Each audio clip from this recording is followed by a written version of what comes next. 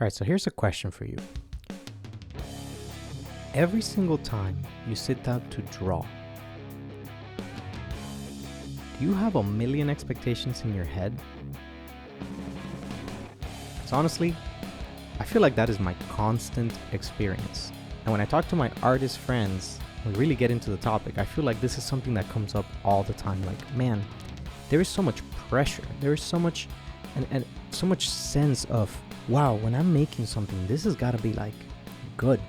Like, it's got to come out to become something that's like worth looking at. The habit always starts with just playfulness. When we're kids and when we don't really know what we're doing, we're just messing around. It just feels good. It's easy. As you get older, as you become formalized, as your imagination grows, you're like, man, I want to be able to do that thing. And you start to chase this, I don't know, it's almost like a drug. It's like you chase this dragon of like technical prowess. And the danger is that sometimes that chase becomes so much stronger than even the capacity to have fun with what you're doing.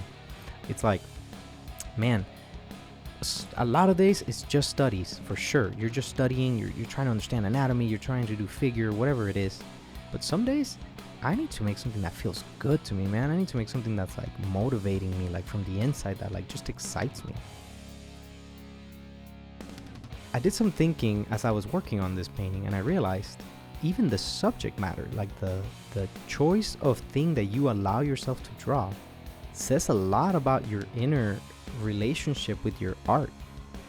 One thing that can happen is that we might shy away from the subject matter that's just like truly exciting for us. And this is kind of a sad, tragic thing, but also very, very common. I've talked to a lot of artist friends about this, but it's like, I went to art school, and a lot of us who went to art school had this experience of like, we went in from our passion, from our love, from wanting to formalize the thing that inspired us in the first place.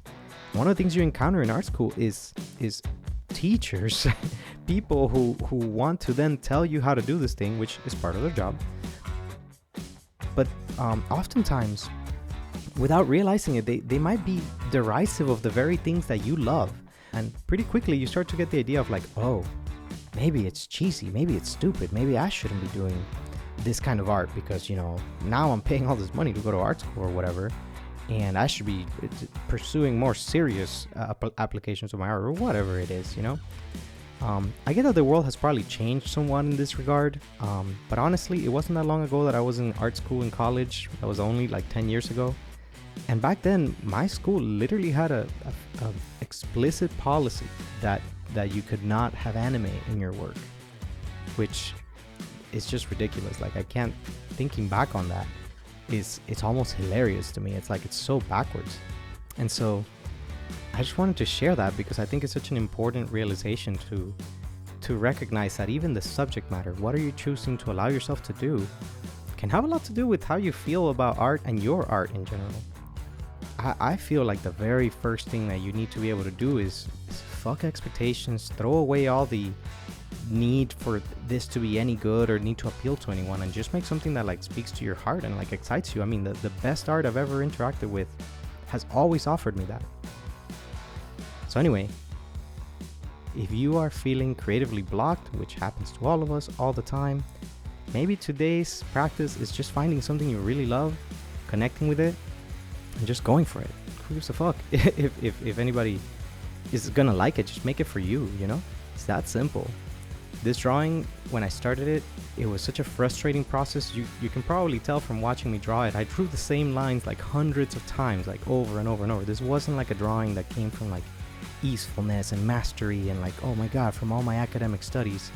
This was straight up like, I started reconnecting with some old anime that I used to watch that I loved, and I was like, I'm just gonna copy that style, man. Like, full on. I'm just gonna look at an image from that show, and I'm just gonna imitate it to the best of my ability. And every stroke was just like effort, like hard effort. Just like, I made every stroke like hundreds of times.